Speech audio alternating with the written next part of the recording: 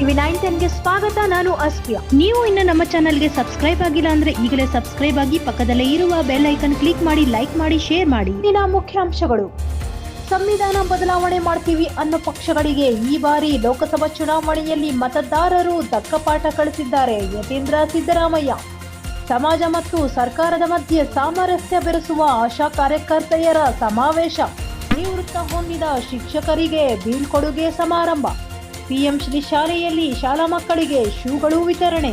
ಮೈಸೂರು ಜಿಲ್ಲೆ ನಂಜನಗೂಡು ತಾಲೂಕು ಚಿಕ್ಕಯ್ಯನಛತ್ರ ಹೋಬಳಿ ವಿಧಾನಸಭಾ ಕ್ಷೇತ್ರಕ್ಕೆ ಬರುವ ತಾಂಡವಪುರ ಗ್ರಾಮ ಪಂಚಾಯಿತಿ ವ್ಯಾಪ್ತಿಗೆ ಬರುವ ಹೆಪ್ಕಾ ಗ್ರಾಮದಲ್ಲಿ ಡಾಕ್ಟರ್ ಬಿಆರ್ ಅಂಬೇಡ್ಕರ್ ಯುವಕ ಸಂಘದವರು ಏರ್ಪಡಿಸಿದ್ದ ಅಂಬೇಡ್ಕರ್ ಜಯಂತಿ ಕಾರ್ಯಕ್ರಮದಲ್ಲಿ ಡಾಕ್ಟರ್ ಯತೀಂದ್ರ ಸಿದ್ದರಾಮಯ್ಯ ರವರು ಭಾಗವಹಿಸಿ ಮಾತನಾಡುತ್ತಾ, ಈ ಬಾರಿಯ ಲೋಕಸಭಾ ಚುನಾವಣೆಯಲ್ಲಿ ಸಂವಿಧಾನ ಬದಲಾವಣೆ ಮಾಡುತ್ತೇವೆ ಎನ್ನುವ ಪಕ್ಷಗಳಿಗೆ ದೇಶದ ಮತದಾರರು ತಕ್ಕ ಪಾಠ ಕಲಿಸಿದ್ದಾರೆ ಎಂದು ಹೇಳಿದರು. ಅಲ್ಲದೆ ಡಾಕ್ಟರ್ ಬಿಆರ್ ಅಂಬೇಡ್ಕರ್ ಅವರ ವಿಚಾರಧಾರೆಗಳನ್ನು ಪ್ರತಿ ಗ್ರಾಮದಲ್ಲೂ ತಿಳಿಸುವ ಮೂಲಕ ಜಾಗೃತಿ ಮೂಡಿಸಬೇಕು. ಜಾಗೃತಿ ಮೂಡಬೇಕಾದರೆ ಗ್ರಾಮೀಣ ಭಾಗದ ಮಕ್ಕಳು ಉತ್ತಮ ಶಿಕ್ಷಣ ಪಡೆಯಬೇಕು. ಶಿಕ್ಷಣಕ್ಕೆ ಹೆಚ್ಚು ಒತ್ತು ನೀಡಿ ಎಂದು ಗ್ರಾಮಸ್ಥರಿಗೆ ತಿಳಿಸಿದರು.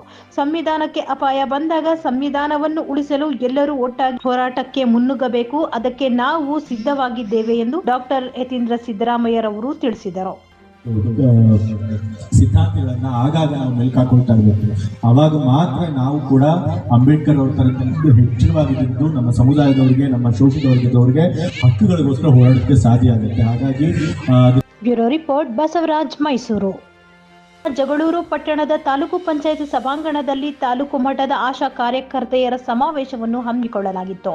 ಈ ಸಂದರ್ಭದಲ್ಲಿ ಮಾತನಾಡಿದ ಎಐಟಿಸಿ ಜಿಲ್ಲಾಧ್ಯಕ್ಷ ಕೈದಾಳೆ ಮಂಜುನಾಥ್, ಸಮಾಜ ಮತ್ತು ಸರ್ಕಾರದ ಮಧ್ಯೆ ಸಾಮರಸ್ಯ ಬೆಳೆಸಿ ಆರೋಗ್ಯ ಕಾಳಜಿ ವಹಿಸುವಂತಹ ಆಶಾ ಕಾರ್ಯಕರ್ತೆಯರಿಗೆ ಸರ್ಕಾರ ಉದ್ಯೋಗ ಭದ್ರತೆ ನೀಡಬೇಕು ಎಂದು ಹೇಳಿದರು. ತಾಲೂಕಿನ ಪ್ರಥಮ ಸಮ್ಮೇಳನ ಮಾಡುವ ಮೂಲಕ ಅವರ ಸಮಸ್ಯೆಗಳು ಮತ್ತು ಬೇಡಿಕೆಗಳನ್ನು ಈಡೇರಿಸಿಕೊಳ್ಳಲು ನಿರಂತರ ಹೋರಾಟ ಮಾಡುವ ಅಗತ್ಯವಾಗಿದೆ. ನಮ್ಮನ್ನು ಆಳುವಂತಹ ಸರ್ಕಾರ ಮಹಿಳಾ ವಿರೋಧಿ ನೀತಿ ಅನುಸರಿಸುತ್ತಾ ಬಂದಿವೆ. ಸದಾ ಸವಾಲಿನೊಂದಿಗೆ ದುಡಿಯೋ ಮಹಿಳೆಯರಿಗೆ ಕನಿಷ್ಠ ವೇತನ ನೀಡುತ್ತಿಲ್ಲ ಎಂದು ಅಸಮಾಧಾನ ವ್ಯಕ್ತಪಡಿಸಿದರು. Bureau report, Obalesh, Davanagere. ಶಿಕ್ಷಕರು ನಿಮ್ಮ ಆರೋಗ್ಯವನ್ನು ಕಾಪಾಡಿಕೊಳ್ಳಿ, ನೆಮ್ಮದಿಯಿಂದ ಉತ್ಸಾಹದಿಂದ ಶಾಲೆಗೆ ಬರಬೇಕು ಎಂದು ಚಳ್ಳಕೆರೆ ತಾಲೂಕಿನ ಕ್ಷೇತ್ರ ಶಿಕ್ಷಣಾಧಿಕಾರಿ ಕೆಎಸ್ ಸುರೇಶ್ ಹೇಳಿದರು.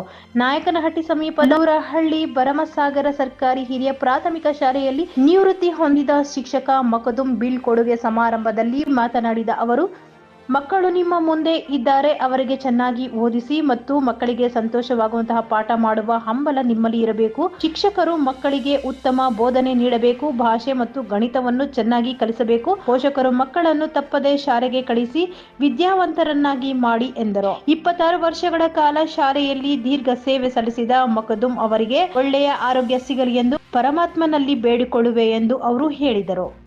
ನಮ್ಮ ಮಖದೂಂ ಅವರ ನಿವೃತ್ತಿ ಬೀಳ್ಕೊಡುಗೆ ಕಾರ್ಯಕ್ರಮ ಜೊತೆಗೆ ಈ ಶೈಕ್ಷಣಿಕ ವರ್ಷದ ಮೊದಲ. Bureau report, Harish, Chitradurga.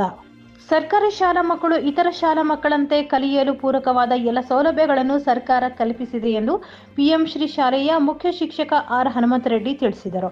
ಅವರು ಬಾಗೇಪಲ್ಲಿ ಪಟ್ಟಣದ 2024-25ನೇ ಸಾಲಿನ ಪಿಎಂ ಶ್ರೀ ಸರ್ಕಾರಿ ಹಿರಿಯ ಪ್ರಾಥಮಿಕ ಶಾಲೆಯಲ್ಲಿ ಆಯೋಜಿಸಿದ್ದ 461 ಶಾಲಾ ಮಕ್ಕಳಿಗೆ ಶೂ ಮತ್ತು 2 ಜೊತೆ ಸಾಕ್ಸ್ ವಿತರಣೆ ಮಾಡಿ ಮಾತನಾಡಿದರು.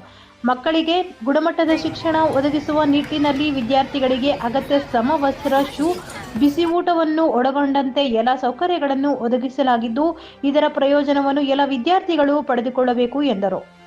Bureau report, Ranagopala Reddy, Bagepalli.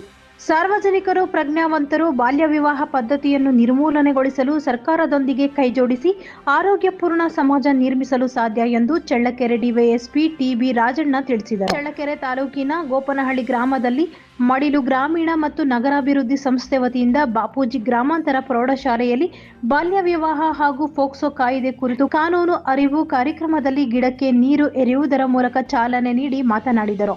ದೇಶದಲ್ಲಿ ಬಾಲ್ಯ ವಿವಾಹವನ್ನು ನಿಷೇಧಿಸಲಾಗಿದ್ದರೂ ಸಂಪೂರ್ಣ ನಿಯಂತ್ರಣಕ್ಕೆ ತರಲು ಸಾಧ್ಯವಾಗಲಿಲ್ಲ. ಹುಡುಗಿಯರಿಗೆ 18 ಹಾಗೂ ಹುಡುಗರಿಗೆ 21 ವರ್ಷವೆಂದು ವಿವಾಹಕ್ಕೆ ವಯಸ್ಸು ನಿಗದಿಪಡಿಸಲಾಗಿದ್ದರೂ ಸಹ ಬಾಲ್ಯ ವಿವಾಹವನ್ನು ಮಾಡುತ್ತಲೇ ಇದ್ದಾರೆ. ಬಾಲ್ಯ ವಿವಾಹವನ್ನು ನಡೆಸುವವರಿಗೆ ಕಠಿಣ ಶಿಕ್ಷೆ ಗುರಿಪಡಿಸಲಾಗುವುದು. ಅಲ್ಲದೆ ಅಂತಹವರನ್ನು ಬಂಧಿಸಲು ಹಿಂಜರಿಯುವುದಿಲ್ಲ.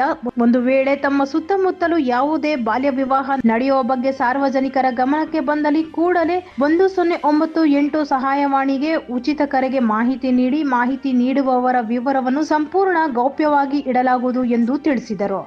Bureau report, Harish, Chitradurga.